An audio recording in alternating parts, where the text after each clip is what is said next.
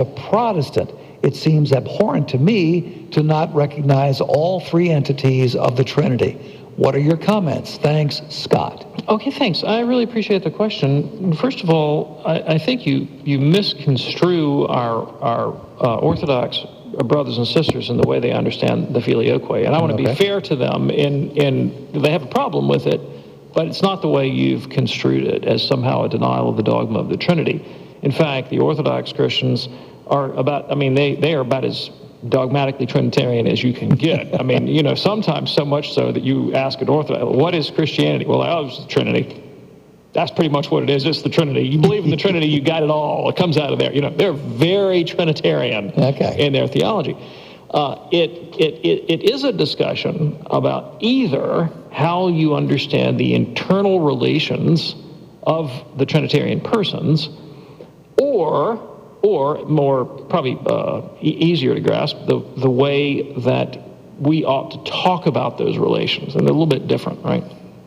And on the second question, how are we to talk about them, some Orthodox take the view that however we construe the internal relations of the persons of the Trinity, it is for an ecumenical council to promulgate that language, to give us the terms of dogmatic theology, and they resent the fact that the Bishop of Rome would take it upon himself to issue a change in the language of the creed without consulting an ecumenical council. Now that goes not to the question of Trinitarian theology, but of ecclesiology, of ecclesial authority and the nature of the authority of the Bishop of Rome. Mm-hmm. And St. Thomas Aquinas in the Summa Theologica, in the article on faith, has a discussion of this very question, right? And I point out St. Thomas because some people want to act like the Latin doctrine of papal authority and fallibility is very late, later even than Thomas. But Thomas bring this up and says, look, the Bishop of Rome is the successor of St. Peter, has the keys, promise that the gates of hell will not prevail, whatever he binds on earth bound in heaven. He can promulgate a creedal formula. Like, he's got the authority to do that. And that's really what's at issue, ultimately, between the Latins and the Eastern Church, is does the Bishop of Rome have that authority? And that's going to take us a little far. I mean, I can argue for the doctrine of the papacy, but that takes a little bit far afield. On the internal relations of the Trinity view, I think most ecumenical theologians, Latin and Greek today, recognize that there is a way of having this discussion that recognizes the validity of the other points of view, and our differences may be more nominal than substantive or metaphysical. A great analysis of this question and the state of that question in ecumenical relations comes in Aidan Nichols' book, Rome and the Eastern Churches, which I would recommend to you. So basically, it doesn't have to be a sticking point about our understanding of the nature of God. It is a sticking point about how we construe church authority and who has the authority to do this. And I might add that in some Eastern Catholic churches, they don't say the filioque when they recite the creed. Really? Yeah, they believe it. Okay. But they don't say it, because that's the tradition of the liturgy that they celebrate. Fascinating. Scott, thank you so much for your very thoughtful email. We do appreciate that. It's called to Communion here on EWTN. We're doing a mailbag edition on this Memorial Day, and we certainly thank you for all the great emails that you have sent. We're pulling these over probably the last couple of weeks, emails that we have received. I want to let you know right now, if you're not familiar with a wonderful division of EWTN, we certainly have a lot going on here at the network, with the TV network, the radio network, all the online platforms that we have, news, you name it, we're on top of it. One that you may not be familiar with is called Church Pop. What is it? You can find out by checking it out. It features new online Christian content. It is a lot of fun. It's informative and it's very inspirational. And of course, if it comes from EWTN, you know it's going to be solid. So check it out. Find it on Snapchat, on Instagram, and on the web at churchpop.com. Churchpop.com. Here's an email now from Dominic, who says, I just finished the tedious task of reading Martin Luther's The Bondage of the Will. Oh. Yeah. It seems Luther completely dismisses Erasmus and the Church Fathers in favor of his own interpretation of Scripture concerning, quote, free will. My understanding is that Luther taught that we do not have the free will to do good or evil. Instead, everything that we do, good or evil, is done by necessity. Please explain Luther's doctrine and compare and contrast it with Catholic doctrine. Thanks, Dominic. Yeah, thanks. So Luther absolutely was a determinist on the question of human freedom. You're absolutely right. And in that very text, 1525, Bondage of the Will, he confronts the charge that this would seem to make God unjust or a kind of a tyrant. And I find his answer to that charge to be absolutely fascinating. Luther acknowledges the sense in that criticism. Yes, this would seem to make God to seem like a tyrant, Luther says. But then he says, look, if he's God, then his justice must of necessity be incomprehensible to us. And so Luther signals that not only is he a determinist, but he's also a fideist. Now, what is a fideist? A fideist is a person who believes that revelation cannot be understood or approached through human reason, that you believe, even though something would seem to be absurd, just on the authority of revelation, regardless of what reason reveals in the issue.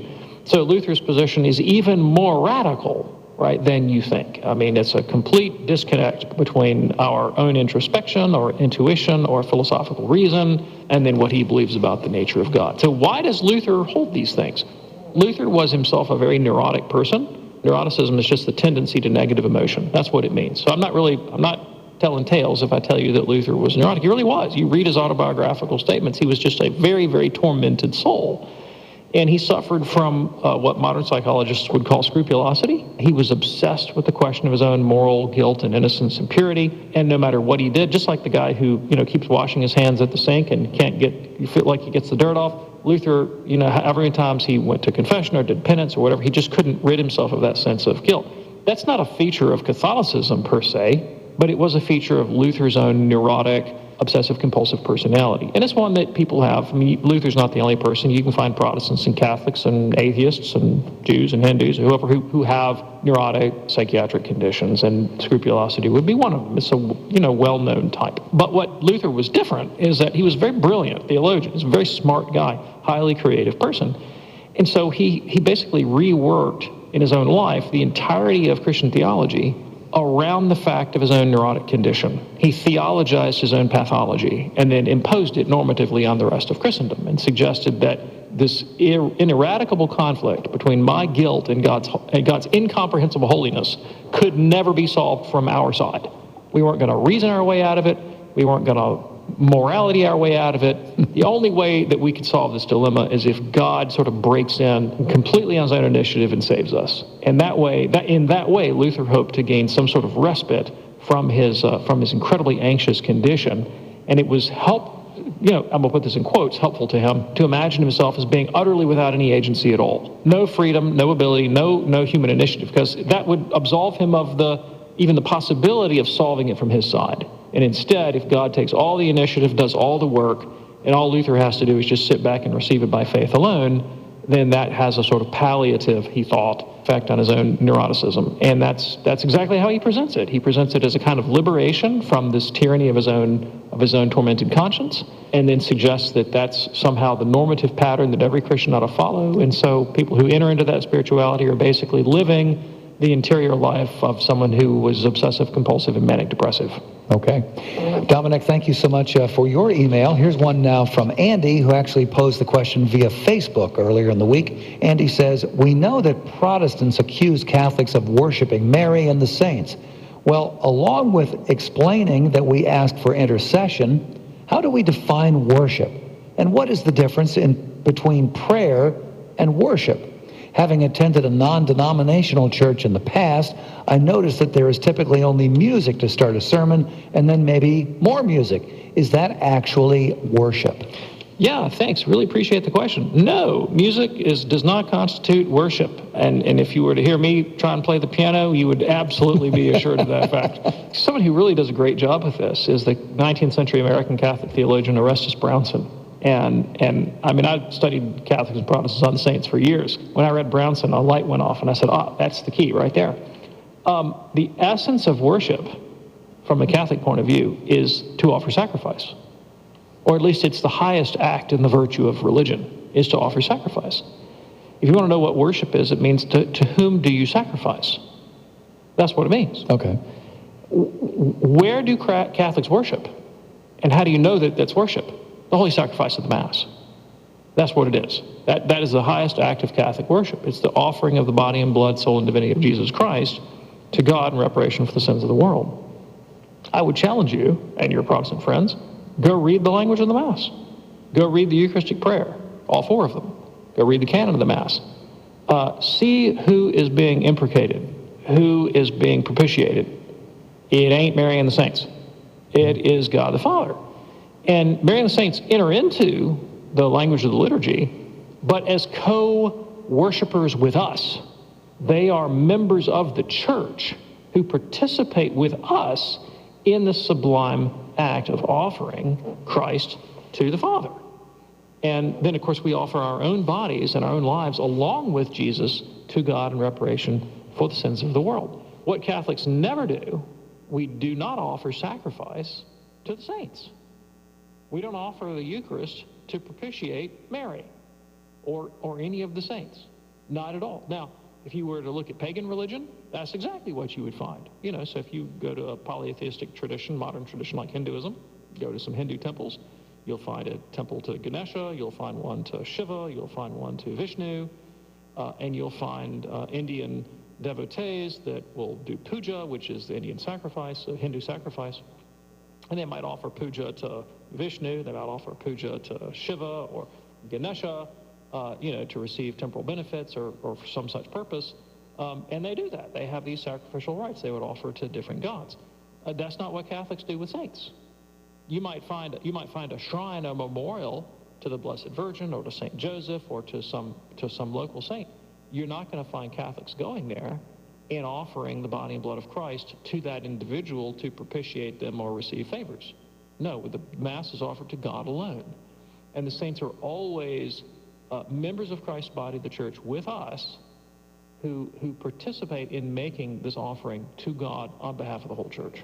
All right, and thank you, Andy, for checking us out on Facebook. We'll close out with this one from Robin.